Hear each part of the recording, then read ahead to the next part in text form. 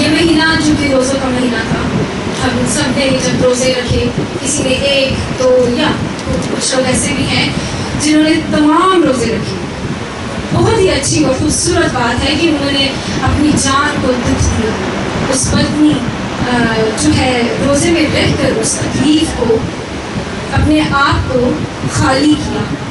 کس کے لیے؟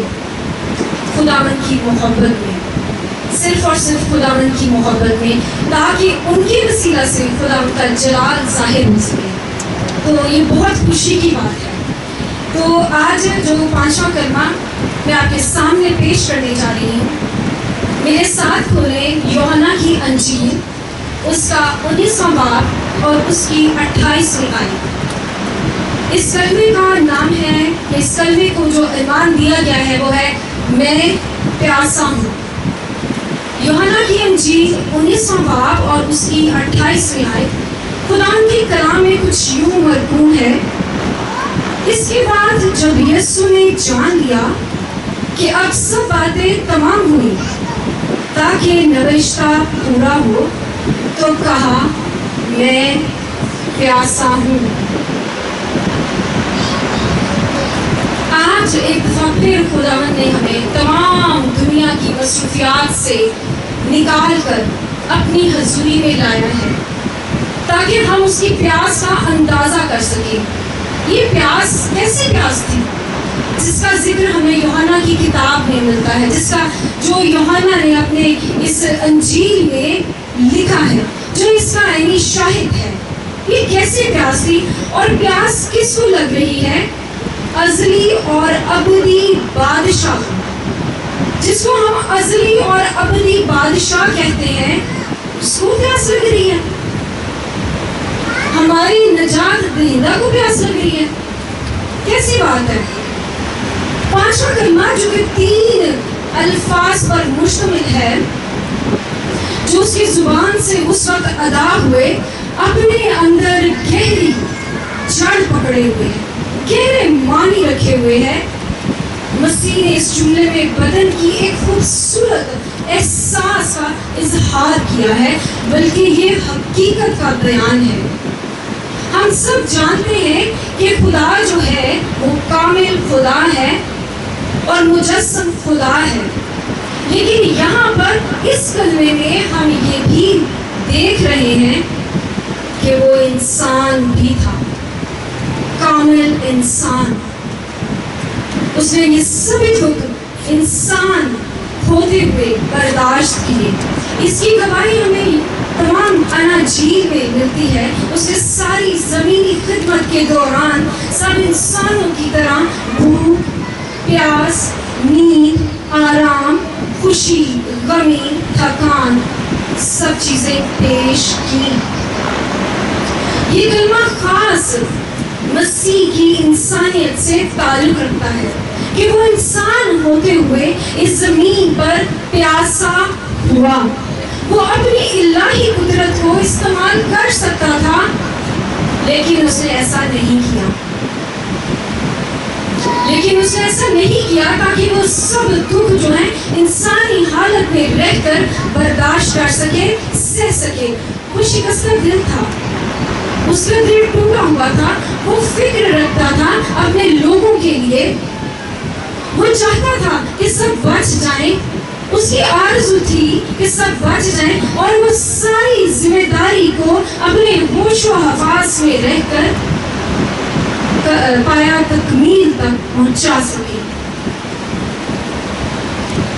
اگر خداوند یسوع مسیح اس وقت صلیب پر لٹکے ہوئے، جس کو صبح 9 بجے سے صلیب دیا گیا تھا اور اس وقت تک 3 گھنٹے ہو چکے تھے، اور کلام کے مطابق اگر وہ پت ملی ہوئی میں متی 27 باب اور اس کی 34ویں آیت کے مطابق پی لیتا، یا مرکز کی انجیل میں جس کا ذکر ہمیں ملتا ہے کہ مور ملی ہوئی میں بھی اسے پیش کی گئی، تو کیا یہ رشتہ پورا ہو سکتا تھا؟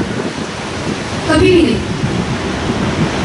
کیا آپ جانتے ہیں کہ یہ پت ملی ہوئی میں اور مور ملی ہوئی چیز کیا تھی؟ پت ملی ہوئی میں میں جو ہے وہ ایک کڑوی زہریلی جڑی بوٹی تھی اور مور جو ہے وہ گوند کی مانند تھی جس کا اثر اینستھیزیا جیسا ہے. یہاں پر بہت سی سٹافس بیٹھی ہوئی ہیں جو اس کو بہتر طور پر سمجھ سکتی ہیں کہ جب ہمیں کسی بھی پیشنٹ کو اینستھیزیا دیا جاتا ہے تو اس کے ہوش میں نہیں رہتا ہے, اس کے جسم کو سن کر دیا جاتا ہے. تو یہاں پر پک ملی ہوئی میں اور مور جو ہے وہ بھی اسی طرح کے اینستھیزیا کا کام دے سکتی تھی, جس سے مجرم کی درد, اس کی اذیت میں کمی واقع ہو جاتی تھی اور وہ اپنے حواس میں نہیں رہتا تھا. انسان کی کتاب اس کے 31ویں باب اور اس کی 6 آیت میں لکھا ہے, شراب اس کو پلاؤ جو مرنے پر ہے اور میں اسے جو تلخ جان ہے. تلخ جان سے مراد ہے جان کو تکلیف دینے والا یا سخت جان. لہٰذا میں جو مسیح کو پلائی جا رہی تھی صرف میں تیار کرنے والے اجزاء سے تیار نہیں کی گئی تھی,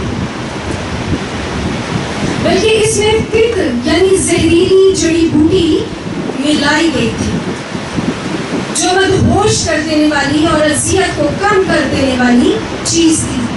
اس لیے صلیب پر مسیح نے اس کو چکھ کر پینے سے انکار کر دیا. اگر یہ صلیب پر دکھ اٹھانا ہی ہوتا, اس طرح سے دکھ کو, تکلیف کو, احساس کو, درد کو کم کر کے, تو وہ جو فریضہ پورا کرنے کے لیے آیا تھا وہ احسن طور پر انجام نہیں پا سکتا تھا. یعنی مسیح کو پیاس تو تھی, لیکن اصل میں پیاس اسے تھی تمام تر پیشن گوئیاں پوری ہونے کی, تاکہ اس کے حق میں جو بھی پیشن گوئیاں لکھی گئی تھیں وہ پوری ہو جائیں. جب اس کو 6 گھنٹے کے قریب پیاس لگی تو اس نے کہا میں پیاسا ہوں. تو فوراً ایک سپاہی نے دوڑ کر ایک اسپنج کو سرکے میں ڈبویا اور زوفے اور شاخ پر سرکنڈے پر رکھ کر اس کو چسایا. یہ جو پلایا گیا سرکہ تھا یہ جڑی بوٹی اور پانی کے ملاپ سے مل کر بنا تھا, اور یہ سپاہی اپنے لیے استعمال کرتے تھے. اس کی کچھ خاصیت بھی تھی اس سرکے کی, وہ یہ کہ وقتی طور پر ان کو طاقت دے سکے. یہ جراثیم کچھ میں تھا, اس کی موجودگی سے نمکیات, پانی کے جو نمکیات ہیں اس کی کمی محسوس نہیں ہوتی تھی, اور یہ پیاس بجھانے کے لیے استعمال بھی کیا جاتا تھا. اب انہوں نے زوفے کی شاخ پر رکھ کر یسوع کو یہ سرکہ چسایا. بنی اسرائیل میں جب ہم تاریخ پر نظر ڈالتے ہیں, پرانے عہد نامے پر غور کرتے ہیں, تو پہلی فصح پر جب انہوں نے بے عیب برنے کے خون کو چوکھٹوں پر لگایا اور وقتی خلاصی کی, تو یہاں پر تو وہ لٹکا ہوا ہے جو ہمیشہ کے لیے گناہوں سے خلاصی کرانے جا رہا ہے, جو ہمیں چھٹکارا دلانے جا رہا ہے. ہاللیلویا. آپ کی آواز بالکل نہیں. ہاللیلویا. یہاں پر سوال یہ اٹھتا ہے کہ مسیح نے وہ سرکہ کیوں پیا؟ خداوند یسوع مسیح نے یہ سرکہ اس لیے پیا تاکہ جو نوشتہ لکھا گیا تھا زبور کی کتاب میں, انہوں نے مجھے کھانے کو اندرائیں بھی دیا اور میری پیاس بجھانے کو انہوں نے مجھے سرکہ پلایا. خداوند یسوع مسیح نے اس دنیا میں کلام مقدس کی تمام باتوں کو پورے کرنا تھا. یہاں پر پیاس کی سمجھ آتی ہے کہ یہ پیاس کیسی پیاس ہے, یہ کس لیے تھی پیاس. میرے عزیزوں, مسیح کے دل میں کلام کا احترام اور اس کی عزت بہت زیادہ تھی. بار بار وہ متی کی کتاب, متی کی انجیل میں شاگردوں کو سمجھاتا ہوا نظر آتا ہے کہ جتنی باتیں موسیٰ کی توریت میں اور نبیوں کے صحیفوں میں اور زبور میں میری بابت لکھی گئی ہیں پوری ہو۔ سرکہ پینے کی دوسری بڑی وجہ یہ بھی تھی کہ اس کا گلا سوکھ چکا تھا اور اس کو مجبور ہو کر بولنا پڑا کہ میں پیاسا ہوں۔ اس کو ایک زوردار اعلان کرنا تھا جو کہ فتح کا اعلان تھا، آل اعلانیہ کہ اب تمام ہوا۔ ایک بڑی آواز میں پکارنا تھا کہ تمام ہوا، تاکہ ہجوم میں وہاں پر کھڑے ہوئے سب لوگ اس کو سن، جو دیکھ رہے ہیں اس کو یہ آواز سن سکیں، یہ نعرہ سن سکیں کہ تمام ہوا۔ آج میرے عزیزو یہ وقت ہے کہ ہم اس کلمہ سے کیا سیکھتے ہیں؟ کیا ہم خداوند یسوع مسیح کی پیاس کو آج بھی قائم کیے ہوئے ہیں؟ تو جی ہاں، ہم قائم کیے ہوئے ہیں۔ وہ آج بھی پیاسا ہے جب ہمارا کردار اس کی مانند نہیں ہے، اس کے کردار کی مانند نہیں ہے۔ جب ہم کلام کو، جب ہم ان آیات کو جب ہم سنتے ہیں، جب ہم بولتے ہیں اور ان پر عمل نہیں کرتے تو ہم اس کی پیاس کو نہیں بجھاتے۔ ہم جب کلام کی فرما برداری نہیں کرتے تو ہم اس کی پیاس کو نہیں بجھاتے۔ اس کی پیاس آج بھی قائم ہے۔ ہم سب دیکھتے ہیں کہ اس نے انسانی بدن میں رہ کر خداوند کے اس پورے پلان کو، اس پوری پلاننگ کو اپنے احسن طور پر فریضہ کو سر انجام دیا۔ یہ فیصلہ اب ہمارا ہے کہ ہم نے کس طرح سے اپنی زندگی گزارنی ہے۔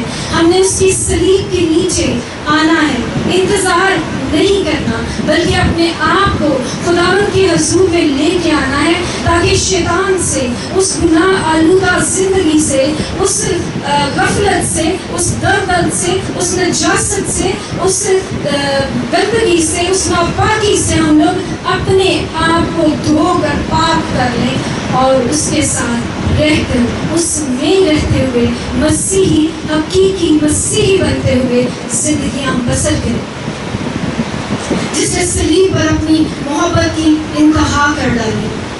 خداوند ہم سب کو اس کے پاس جانے کا بھاری فضل عطا کرے۔ خداوند اس کلام کے وسیلہ سے ہم سبوں کو بڑی برکت دے۔ آمین۔